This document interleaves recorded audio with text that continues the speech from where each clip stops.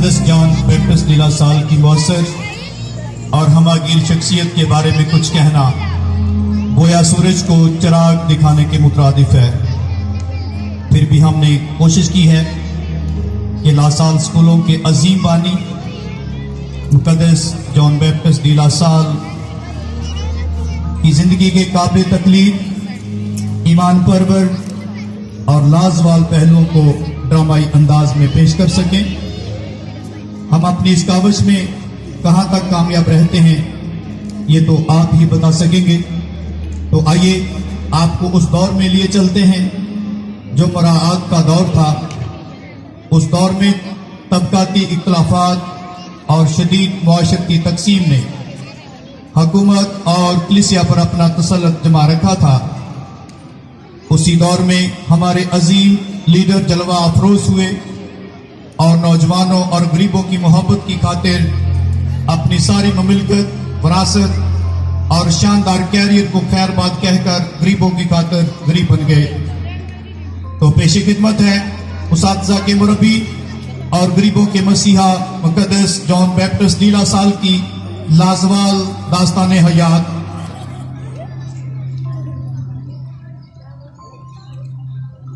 मुअज़्ज़ज़ हाज़रीन, मुक़द्दस John Baptist लीला साल 30 अप्रैल 1651 ईस्वी को फ्रांस के शहर रीम्स में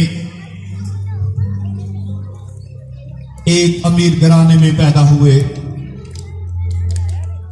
खानदान में 11 बहन भाइयों में वो पहले नंबर पर थे।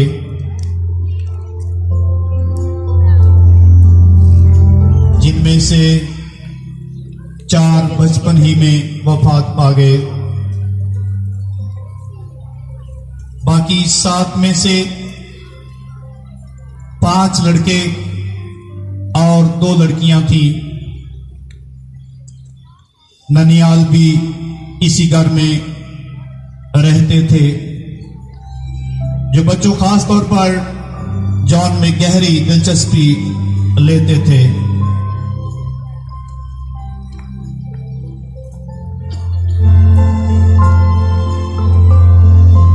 जिन्हें बाप की जगह पर खानदान का सरबराह बनना था, उनकी नानी अम्मा उन्हें मुक़द्दसीन की कहानियां सुनाती थीं।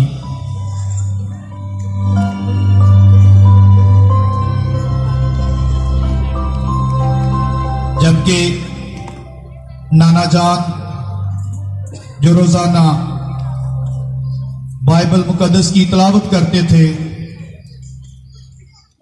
उन्होंने जॉन को दुआ करना सिखाई।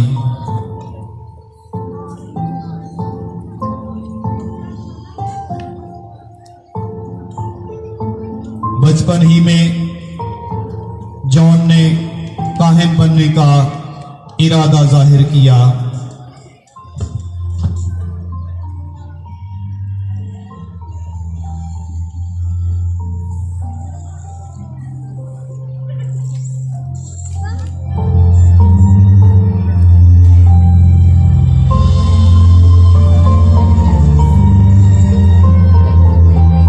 बरस की उम्र में जॉन ने बाकायदा स्कूल जाना शुरू कर दिया। स्कूल में जॉन ने मजहब और अच्छी सोसाइटी के तौर तरीकों के बारे में तरबियत हासिल की।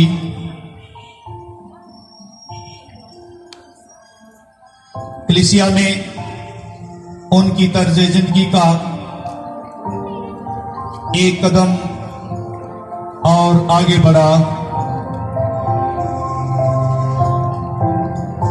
अब वो मजहब और अच्छी सोसाइटी के तौर तरीकों के तरबियत याफ्ता खूबसूरत नौजवान का रूप धार चुके थे। उनके चचा पीटर डोजे उनकी तरबियत के मोतरफ थे। पीटर डोजे रीम्स के कैथीड्रल के कैनन थे। उन्होंने अपने होनहार भतीजे जॉन को अपना जानशीन होने के लिए चुना।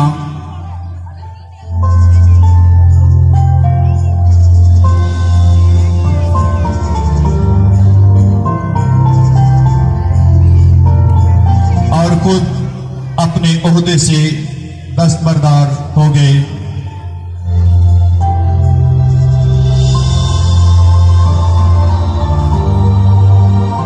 और यूं रीम्स नमाया अजलास में 16 साल जॉन बैप्टिस्ट डी ला साल कैनन की हैसियत से मुकर्रर किया गया।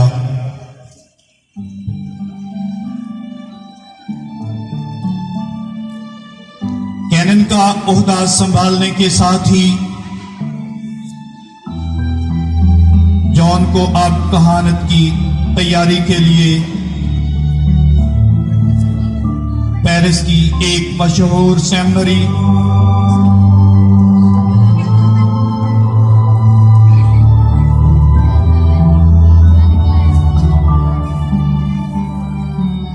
सेंट सुल्पस में भेजा गया।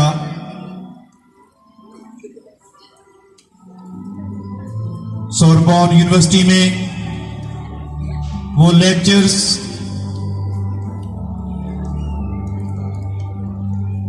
हासिल करते थे।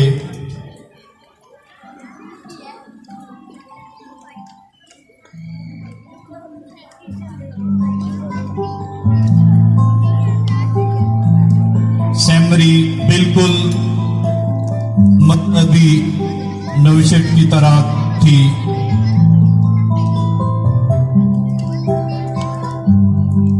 जिसमें कहानत के उम्मीदवारों में मुनासिब रवैये पैदा करना, मजहबी जिंदगी में उनकी तरबियत और मजहबी रसूमात की अदायगी के तरीके सिखाना था। कोर्स में इल्मे अलाहियात यानी थियोलॉजी में डॉक्टरेट भी शामिल था, जिसे 9 वर्ष में मुकम्मल होना था। मगर सद अफसोस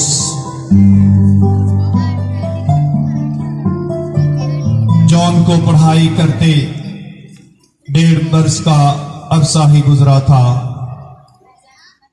कि एक ही साल में उनके वालिदैन वफात पा गए।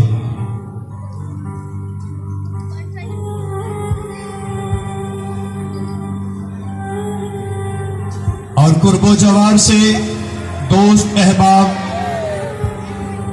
रिश्तेदार और मजहबी रहनुमाओं का उनके यहां ताज़ियत के लिए तांता सा बंध गया, ताकि इनके दुखी दिलों की तसल्ली का बायस बन सकें।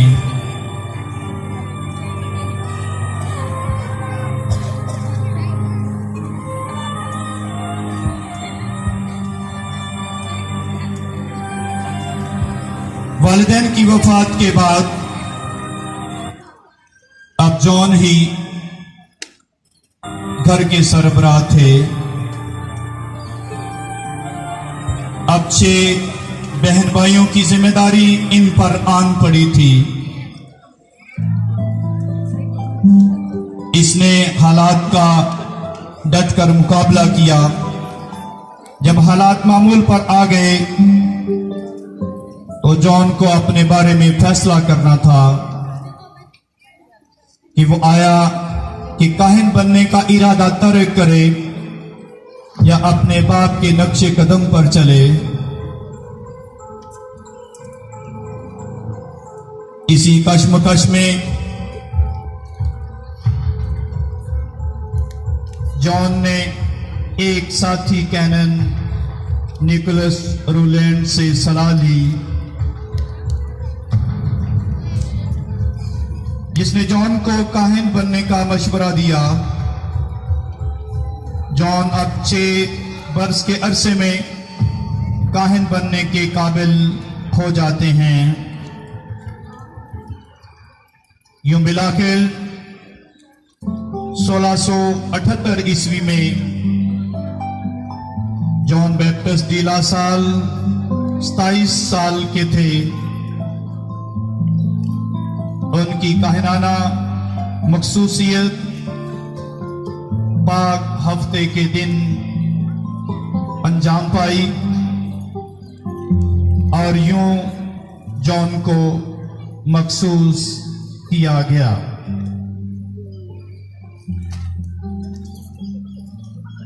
17वीं सदी में फ्रांस बल्कि पूरी दुनिया में तालीम सिर्फ उन लोगों के लिए थी जो उसकी कीमत अदा कर सकते थे। मजदूर तबका और गरीब तो इसकी ख्वाहिश भी नहीं कर सकते थे। शहरों में बच्चों के लिए आवारागर्दी करने और शरारतें करने के अलावा और कोई काम नहीं था। सेंट सुल्पिस के सुपीरियर जो सेमिनरी चलाने के साथ साथ बहुत बड़े पैरिश की देखभाल करते थे, इन बुराइयों से वाकिफ हो गए।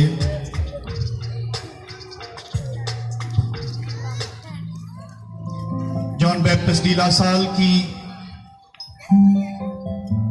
अब मुलाकात एक ऐसे शख्स से हुई जो इसकी जिंदगी के रुख को मुकम्मल तौर पर तब्दील करने को था। ये शख्स एड्रियन नाइल था जिसने शहर में 4 मुफ्त स्कूल खोल रखे थे और जिसे बहुत से लोग खैरात के तौर पर पैसे देते थे। एक नेक दिल खातून मैडम डी मेफेयर जो डी ला साल की रिश्तेदार थी, उन्होंने अपने आबाई शहर रीम्स में नाइल को भेजा और डी ला साल की मदद तलब की। डी ला साल के तामन से स्कूल चल पड़े और यूं पहले लासाल स्कूल का इस तरह आगाज हुआ।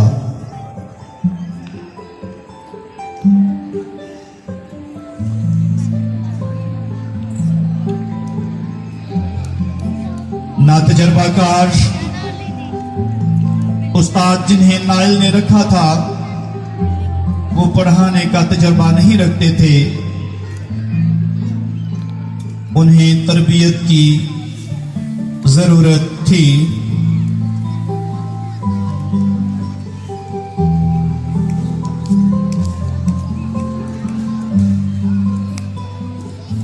इस मकसद के हसूल के लिए